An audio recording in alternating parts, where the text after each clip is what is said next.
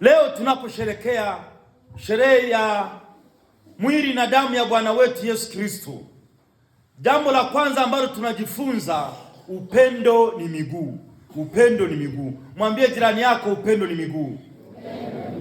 Inatokana na wazo letu Obuzaire Kaguru. Yesu katika sakramenti ya Ekaristi alitupenda upeo. Ni sakramenti ya upendo.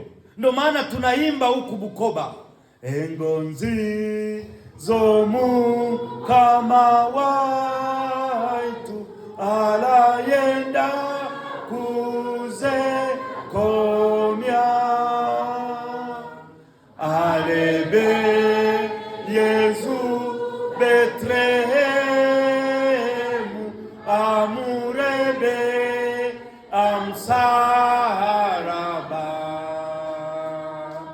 chonka eyano liengonzi ize litula anunjo mumisa. Inatosha.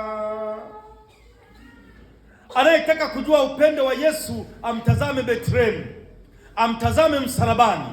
Lakini muujiza wa upendo uko katika adhimisho la misa. Hapa mchungaji anakuwa malisho, huo ni muujiza. Ndio maana sakramenti ya mwili na damu ya Yesu inaitwa sakramenti ya ajabu. Padri mmoja kule Bohemia alikuwa ana mashaka kama Yesu yumo kweli katika maumbo ya mkate na divai. Alipoinua hostia takatifu ikaanza kutoa damu. Ilikuwa ni mwaka 1263 na Papa Urubano wa 4 akachunguza hilo swala. Tangia hapo ndo hiyo ikawa chanzo cha sherehe ya mwili na damu ya Bwana wetu Yesu Kristo, kuonesha kwamba yupo. Ni sakramenti ya upendo. Alisema niko pamoja nanyi hadi ukamilifu wa dahari. Jambo moja linaloonyesha upendo ni kuwepo. Unayempenda utakuwepo, na Yesu yupo pamoja nasi. Makofi kwake. Nimesema upendo ni miguu. Upendo una miguu. Unayempenda unamtembelea. Utatembelea mgonjwa, utamtembelea mgonjwa hospitalini, utamtembelea aliyefiwa. Upendo ni miguu. Mwambie jirani yako, upendo ni miguu. Engonzi Kaguru mtera terono mgambiro engonzi Kaguru.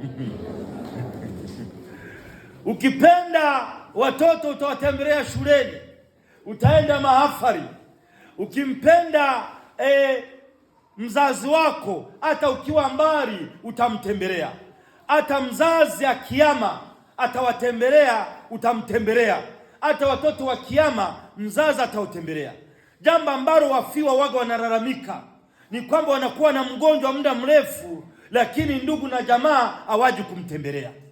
Ndio maana utakuta wanawake wanaomboleza, ukanaga mukanaga mwansigiro murwaire mwakora kuija.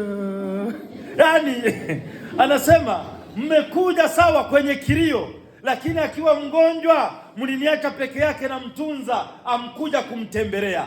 Upendo ni kutembea. Leo tunatembea, tunaandamana, tunaonyesha upendo wetu kwa Bwana wetu Yesu Kristo. Tunaonyesha imani yetu kwa Bwana wetu Yesu Kristo kwamba yumo katika maumbo ya mkate. Naomba tumshangilie Bwana wetu Yesu Kristo.